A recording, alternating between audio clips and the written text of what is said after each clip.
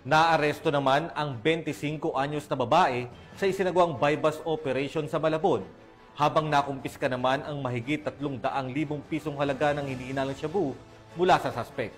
Nakatutok dyan si Patrolwoman Glazel Ann Esperanza.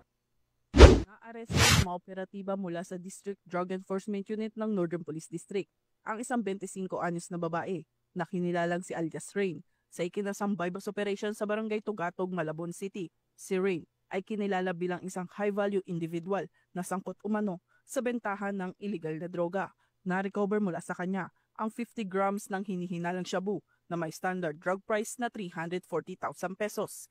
Isinagawa ang operasyon bilang bahagi na pinaigting na kampanya laban sa kriminalidad.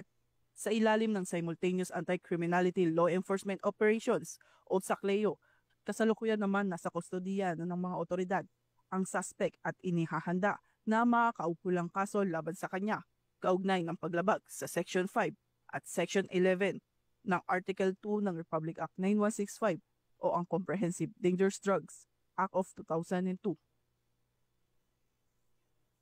Mula rito sa Northern Police District, ako po ang inyong PNN correspondent, Patrolwoman Glazel Ann Esperanza, alagad ng batas, taga-taguyod ng Balitang Pulis.